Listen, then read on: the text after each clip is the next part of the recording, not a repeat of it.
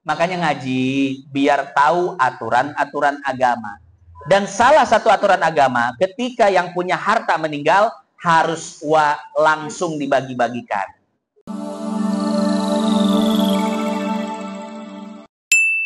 Di dalam fikih warisan ini namanya babul munasakhot. Bab yang membicarakan tentang warisan tidak dibagikan dalam jarak waktu yang cukup lama sampai ada ahli waris yang meninggal lagi. Ini belum dibagikan.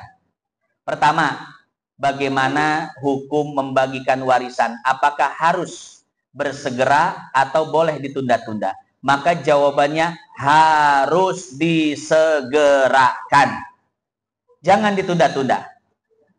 Sang ayah meninggal dunia, maka sang ibu tidak boleh mengatakan pada anak, "Nah, warisan jangan dibagi-bagikan dulu. Ibu masih hidup, udah dibagikan aja." Nggak boleh. Karena kejadian di Jakarta. Di Jakarta ada satu keluarga, orang kaya, hartanya banyak. Bapaknya meninggal dunia, kemudian ketika harta akan dibagi-bagikan, ibunya mengatakan, "Nah, untuk apa kalian memikirkan warisan? Toh ibu saja masih hidup. Jangan dibagi-bagikan dulu. Nanti dibagikannya kalau ibu sudah meninggal dunia." Ini salah.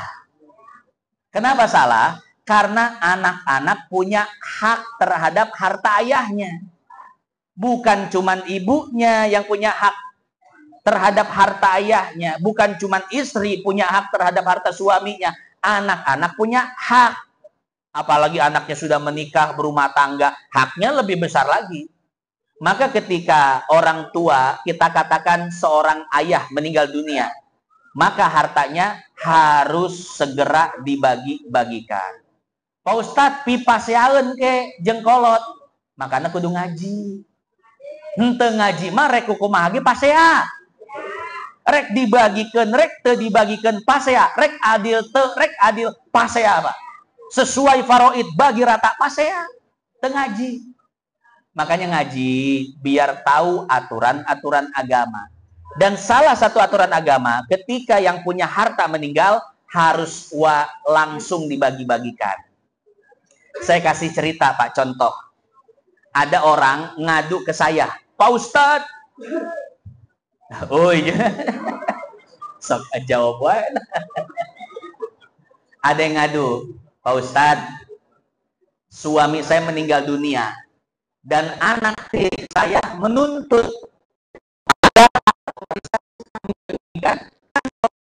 ntar aja dah, ya. Ntar deh, ngapain sih buru-buru?" Akhirnya si ibu itu ngundang saya, "Tat, ayo datang ke rumah saya, selesaikan urusan warisan ini dengan anak tiri saya." Ternyata anak tirinya bawa ustadz juga. Jadi antara ustadz ingin Ustadz Saiful versus Ustadz apa tuh?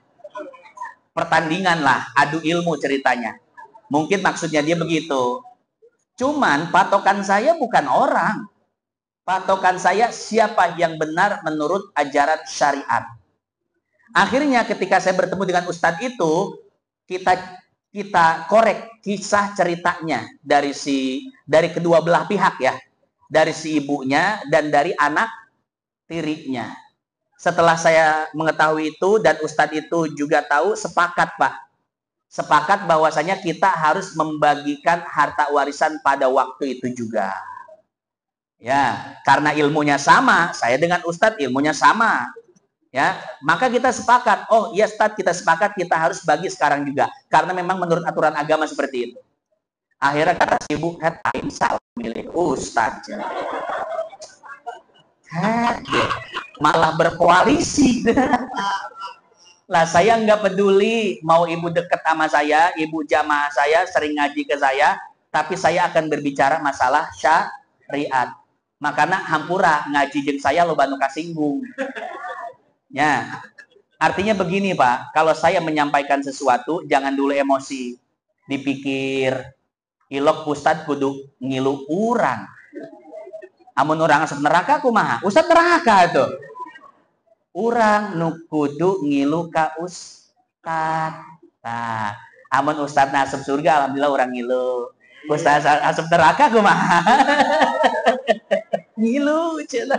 Ayolah orang camping barengan di neraka. Nah, jadi seperti itu ya ibu sekalian yang dimuliakan Allah. Ya jadi pertama harus segera dibagi-bagikan.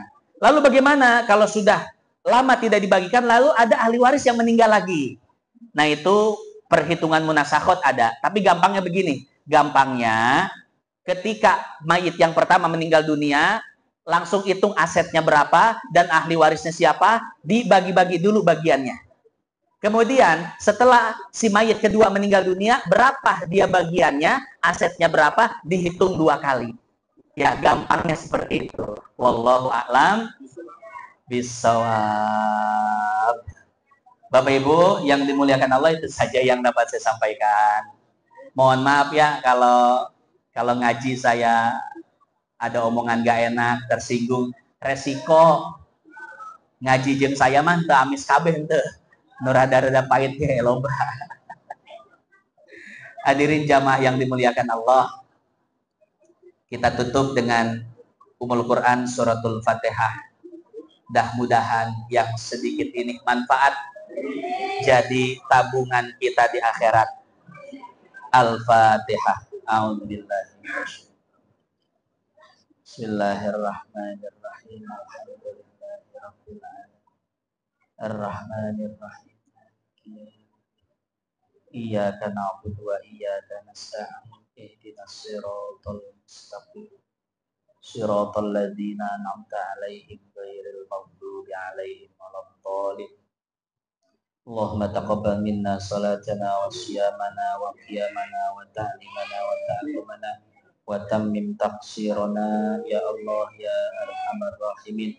Sallallahu ala sayyidina Muhammad an-nabiyyil ummi wa ala alihi wa sahbihi wa sallam. Alhamdulillahi rabbil alamin. Subhanakallahumma bihamdik nasyhadu an la ilaha illa anta nastaghfiruka wa natubu ilaik. Wassalamu alaikum warahmatullahi wabarakatuh. Ya Rabbana tarafna bi annana tarafna wa annana asrafna la ladha asrafna fatub alaina taubah taghsil likul lihauba wastur lanal aurati wa aminir rawati wa ghir liwalidina rabbi wa mauludina wal ahli wal ikhwani wa sairil khillani wa kulli di mahabbah aujiratin au suhbah wal muslimina ajma amina rabbi asma fadlan wajudan manna la biktisa biminna bil mustafa rasulina dobi kulli suli salla wa sallam rabbi alaihi addal habbi wa alihi wa sahbihi idadatas sahbi walhamdulillahi fil bad'i wat tanahi.